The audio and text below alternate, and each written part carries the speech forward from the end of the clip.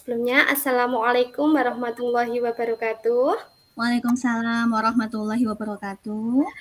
Di sini saya Dewi Istianingsih sebagai coach-nya, kemudian Bu Destia Novita sebagai coach-nya. Hari ini kami akan mencoba mempraktikkan coaching seperti itu. Ya, kita mulai. Selamat sore Bu Destia. Selamat sore Bu Dewi. Bagaimana kabarnya Bu Desti hari ini? Alhamdulillah, baik sekali Bu. Bu Dewi gimana nih kabarnya? Alhamdulillah, kabarnya luar biasa baik kok ya Bu. Iya. Alhamdulillah. Ngomong-ngomong, terima kasih ya Bu sudah berkenan meluangkan waktunya untuk saya ajak diskusi sore ini. Iya, sama-sama Bu Destia. Kira-kira apa nih yang mau kita diskusikan sore ini Bu Destia? Jadi kan kita sama-sama sebagai guru ya Bu ya. Ya, Tentu kita seringkali dihadapkan dengan berbagai permasalahan murid, baik di dalam proses pembelajaran di kelas maupun di luar kelas. Tentu saja kita juga sama-sama tahu persis bagaimana karakter peserta didik zaman sekarang. Semakin berkembangnya zaman, anak-anak kan dihadapkan dengan arus budaya yang semakin maju ya Bu. iya, Namun saya kok merasa anak-anak sekarang kok rasa handal beninya terhadap apa ya, budayanya sendiri itu kurang ya Bu. Anak-anak itu mulai meninggalkan budaya lokal seperti penggunaan bahasa Jawa misalnya. Mereka seperti asing dengan bahasa mereka sendiri gitu. Nah, ditambah orang tua zaman sekarang kan lebih apa ya, mungkin lebih mudah mengajarkan ke anak-anak mereka itu menggunakan bahasa Indonesia bahkan dengan bahasa asing, bahasa Inggris gitu ya, Bu. Nah, kemudian padahal mereka kan hidupnya di lingkungan apa masyarakat yang notabene-nya kan orang-orang Jawa gitu. Nah, tentu saja ini akan berdampak pada proses pembelajaran di kelas. oke. Jadi Bu Destia itu merasa bahwa anak-anak sekarang tuh rasa handarbeni terhadap budayanya sendiri itu kurang ya Bu ya? Begitu ya? Betul, betul Bu Dewi. Iya, saya seringkali menjumpai murid-murid ketika pelajaran saya itu sulit gitu menangkap bahasa yang saya gunakan karena kan ketika saya mengajar di kelas itu saya memang menggunakan bahasa Jawa gitu ya Bu untuk menyampaikan materi. Ya meskipun tidak bahasa Jawa sepenuhnya, kadangkala juga saya gunakan juga bahasa Indonesia gitu. Tapi tidak sepenuhnya itu tadi Bu, hanya sebagian kecil saja. Oke, jadi Bu Destia itu menjumpai murid yang masih kesulitan mengikuti pelajaran bahasa Jawa di kelas gitu ya. Iya betul Bu. Oke oke oke. Karena waktu kita nggak banyak nih Bu Destia, kira-kira dari diskusi ini nanti Bu Destia eh, ingin mendapatkan apa? Saya sih pengennya ngebantu anak ya Bu, murid-murid itu yang masih kesulitan terutama ya dalam memahami bahasa Jawa agar mereka tuh lebih mudah gitu belajarnya. Ya saya pengen meningkatkan apa ya Bu, kemampuan bahasa Jawa murid-murid saya Bu. Mungkin hal-hal apa gitu yang bisa saya lakukan begitu Bu. Oke, jadi apa yang bisa dilakukan Bu Destia nih agar dapat meningkatkan kemampuan anak-anak dalam berbahasa Jawa, gitu ya Bu ya? Iya Bu Dewi, betul sekali. Jadi ketika ada materi yang capaian umum pembelajarannya murid gitu ya, mampu mengembangkan kompetensi bahasa Jawa itu mereka tidak kesulitan gitu. Ya minimal mereka paham dulu lah kosakata bahasa Jawa yang sehari-hari mereka akan gunakan gitu, agar tujuan pembelajaran juga dapat tercapai. Kalau orang tua mereka apa ya tidak dapat berkontribusi mengajarkan bahasa Jawa secara langsung gitu ya Bu ya. Ya saya sebagai gurunya ya saya ingin menjadi garda terdepan gitu Bu dalam membantu mereka dalam belajar bahasa Jawa gitu. Wah, ini Bu Destia ini luar biasa sekali loh ini ya. Jadi Bu Destia itu niatnya pengen jadi garda terdepan yang membantu murid-murid agar dapat memahami bahasa Jawa seperti itu ya Bu ya. Yang Ya, memiliki rasa handarbeni gitu ya. ya betul Oke, Bu. ya kalau menurut Bu Destia nih, rasa handarbeni yang seperti apa sih yang Bu Destia harapkan dari murid-murid Ibu? Rasa handal beni yang saya harapkan dari murid-murid saya itu ya, saya pinginnya anak-anak itu menyadari betul di mana dia tinggal untuk tumbuh dan berkembang tentunya, kemudian di mana dia bersosial setiap harinya, berkomunikasi dengan siapa saja setiap harinya. Saya tuh pengen anak-anak memiliki kesadaran penuh atau mindfulness gitu ya Bu, untuk mencintai budaya lokalnya gitu, utamanya bahasa Jawa. Karena bagaimanapun karena bahasa Jawa itu kan untuk berkomunikasi sehari-hari gitu ya, tidak hanya di rumah sebetulnya, bahkan di sekolah pun juga menggunakan bahasa Jawa gitu. Nah, apalagi bahasa Jawa kan menjadi pelajaran muatan lokal daerah ya Bu ya. Jadi ya mereka tentu akan menjumpai pelajaran bahasa Jawa di sekolah gitu. Nah, melalui pelajaran bahasa Jawa itu kan nanti anak-anak akan mendapatkan pengetahuan baru gitu ya Bu, yang mungkin tidak mereka dapatkan di rumah gitu. Nah, kemudian apalagi ketika apa ya, saya menyampaikan materi menggunakan bahasa Jawa kan tentu mereka mungkin ada yang asing gitu ya. Meskipun seperti yang saya sampaikan di awal tadi, saya tidak serta-merta menggunakan bahasa Jawa terus gitu. Nah, harapan saya kan kalau saya menggunakan bahasa Jawa itu membiasakan mereka mendengar gitu loh, mendengar kosakata yang setiap harinya saya gunakan.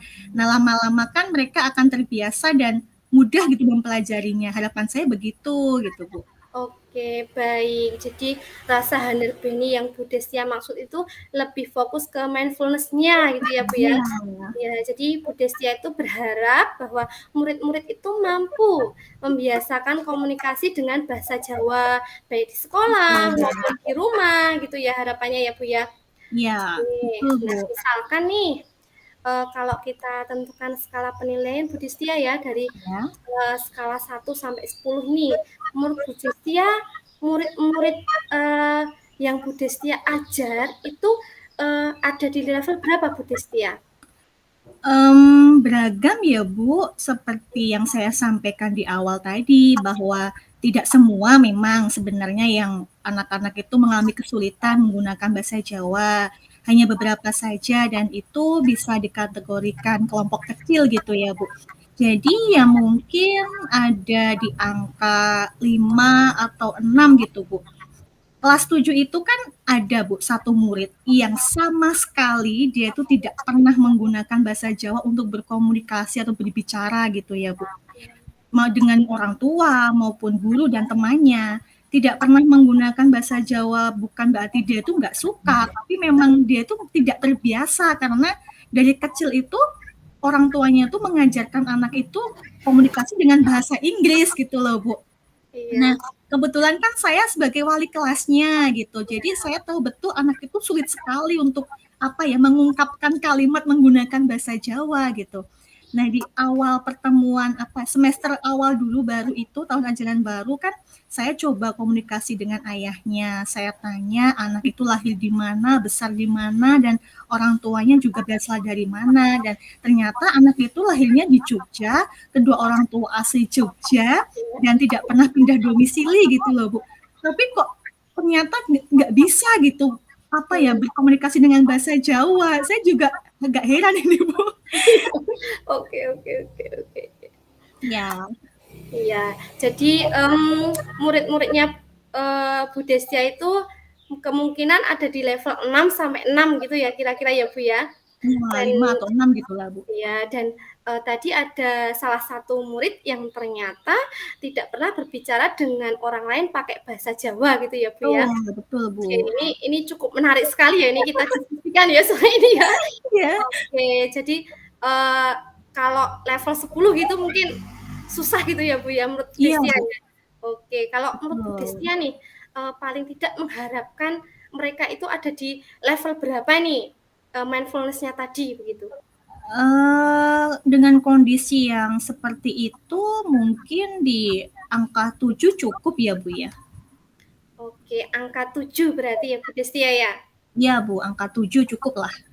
Oke, menurut Bu Destia, apa nih yang bisa Bu Destia lakukan untuk membantu anak tersebut mencapai angka 7 Bu Destia? Oke. Nah, sebenarnya ini Bu yang sedang saya pikirkan gitu kan, bagaimana ya caranya biar saya tuh bisa membantu anak itu lebih mudah memahami gitu pelajaran bahasa Jawa, terlebih terutama ya Bu berfokus pada bahasanya itu gitu loh. Oke, jadi kalau menurut pengamatan Bu Destia nih, Ya, anak tersebut tuh, senang atau antusias itu mengikuti pelajaran itu mungkin dengan model pembelajaran yang gimana, biar anak itu senang, happy, mudah memahami materi yang diberikan guru gitu. Kalau menurut Bu Destia gimana ya, Bu, ya? kalau menurut pengamatan saya ya Bu, sejauh pembelajaran yang kami laksanakan itu, anak Mhm. tersebut lebih menyukai pembelajaran yang berbasis dengan IT Bu, seperti games, video, kemudian PowerPoint yang menarik gitu. Pernah ada kesempatan saya bertanya langsung dengan anak tersebut gitu kan, sehari-hari dia ngapain nih di rumah, dia hobinya ngapain gitu kan, apa yang dia lakukan kalau di rumah dia suka ngapain gitu lah Bu. Dan jawabannya memang seperti pengamatan saya gitu, anak itu suka dengan hal-hal yang berbau dengan IT gitu ya Bu, karena dia itu suka apa di depan laptop gitu Bu. Bahkan dia itu cerita, "Bu, saya tuh pengen jadi animator," gitu. Iya iya iya. Oke, Iya. jadi model yang mereka sukai itu, anak itu model pembelajaran berbasis IT ya, Bu, ya, Bu Destia ya? Iya, betul, Oke, Bu. bagaimana nih, apakah Bu Destia itu pernah menerapkan pembelajaran berbasis IT mungkin di kelasnya Bu Destia? Ya, tentu saja saya pernah, Bu. Ya, karena apa ya, ketika saya menyampaikan materi sebenarnya saya juga sudah menggunakan metode yang bervariasi ya, Bu, ya, model pembelajaran yang bervariasi gitu. Saya gunakan games untuk kuis, kemudian saya sertakan video praktek sebagai contoh langsung gitu ya, Bu. Kemudian materinya pun juga saya kemas dengan PowerPoint yang menarik gitu. Anak itu antusias, Bu. Dia suka gitu loh. Nah, di KBM semester ini kan sudah mau habis ya, Bu, sudah mau selesai gitu. Nah, di kelas 7 itu kan ada 3 materi sebelumnya sebenarnya yang dicapai pada semester ini. Yang pertama itu materi tentang cerita wayang, yang kedua itu tentang aksara Jawa, dan yang ketiga itu yang sedang kami tempuh saat ini yaitu menceritakan cerita pengalamannya gitu. Menggunakan bahasa ngoko bahkan bukan bahasa krama gitu kan. Kalau mungkin anak-anak yang lain yang sudah paham gitu, wah gampang sekali nih bahasa ngoko gitu kan Bu, bukan Iya, trauma lagi. Nah, sebelumnya itu di 2 bab sebelumnya itu anak tersebut itu dia bisa mengikuti, bahkan ketika mengerjakan tugas itu nilainya juga bagus gitu loh, Bu. Tapi untuk materi menceritakan cerita pengalamannya sendiri ini menggunakan bahasa ngoko ini, anak itu sulit sekali gitu. Nah, kejadiannya itu sebenarnya baru minggu lalu, Bu. Jadi ketika mhm. saya memberikan latihan kepada anak-anak untuk menuliskan cerita pengalamannya, anak itu maju ke depan. Dia mengatakan bahwa dia kebingungan. Kemudian saya coba untuk bantu bimbing gitu ya, Bu. Dia kok malah seperti kebingungannya terus nangis, Bu. Karena mungkin dia sudah terlalu bingung atau bagaimana dan seperti apa ya, putus asa gitu, Bu. Nah, kemudian apa ya, sebenarnya saya sih memaklumi ya Bu, ketika anak itu kesulitan memahami kosakata, bahkan merangkai kalimat pun mungkin dia itu masih sulit gitu. Nah, pada waktu menyampaikan materi pun saya sudah menggunakan video praktek, contohnya, kemudian PowerPoint yang menarik juga sudah saya sertakan, tapi ternyata memang belum bisa membantu sepenuhnya gitu.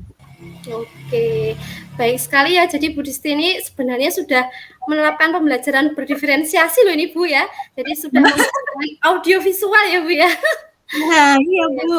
iya, jadi sudah menggunakan IT tapi ternyata pada saat materi menulis cerita pengalaman anak Mhm. itu belum terfasilitasi kebutuhan belajar anak tersebut begitu ya Bu ya? Benar, benar sekali Bu Dewi. Makanya saya berpikir keras ini Bu, bagaimana saya dapat membantu anak ini gitu loh.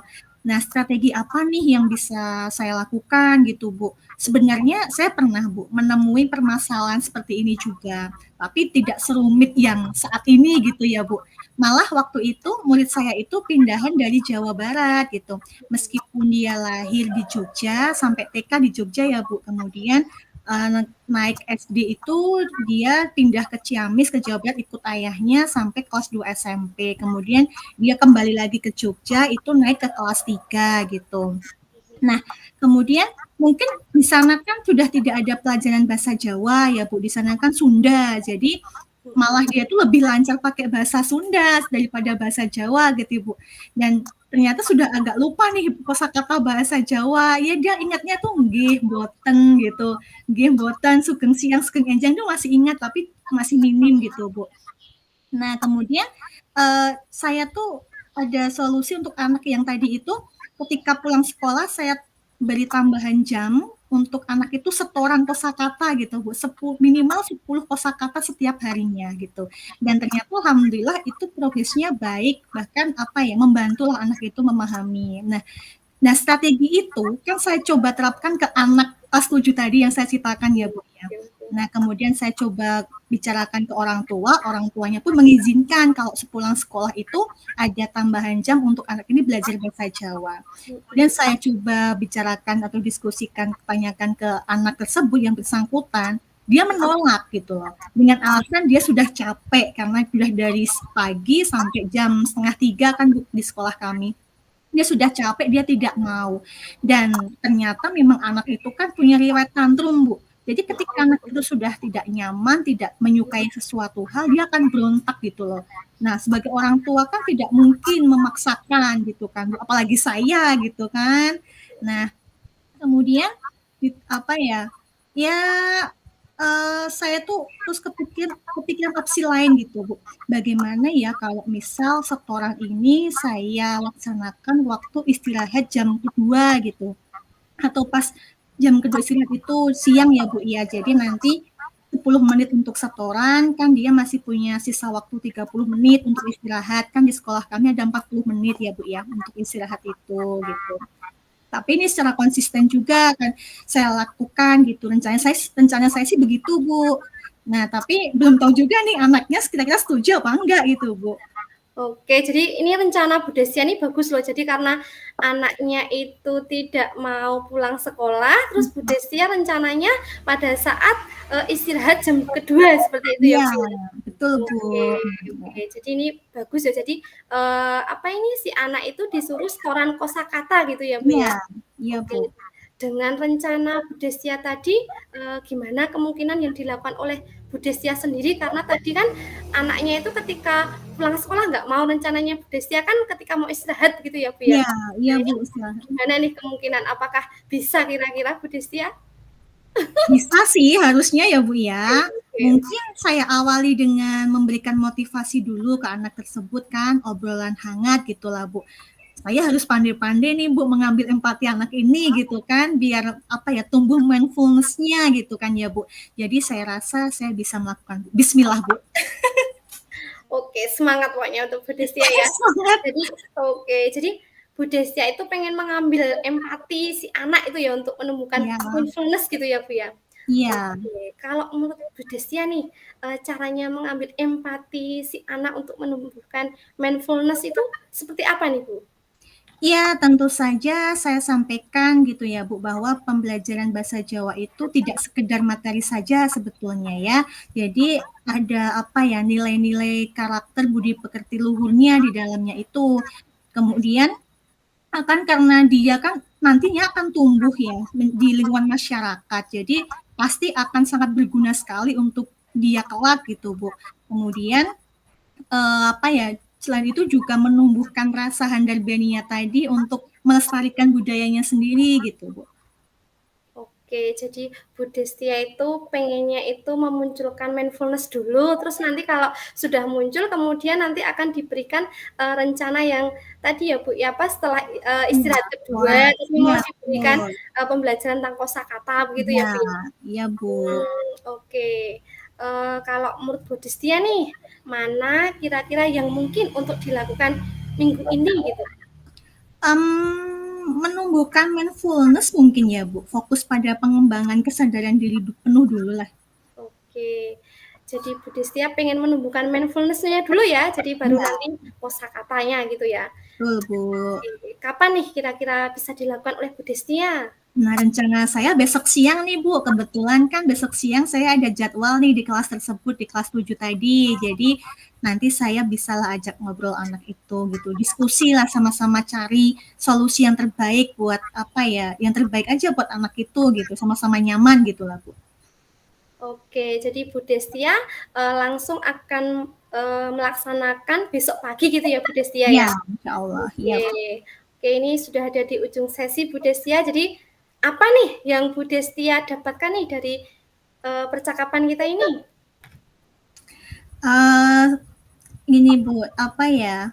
Tentunya kan di awal tadi saya bingung ya Bu ya, mencari apa ya solusi dari permasalahan yang saya hadapi ini. Tapi ketika saya berdiskusi dengan Ibu Bu Dewi gitu ya, setidak-tidaknya sekarang saya mengetahui lah apa yang harus saya lakukan gitu Bu.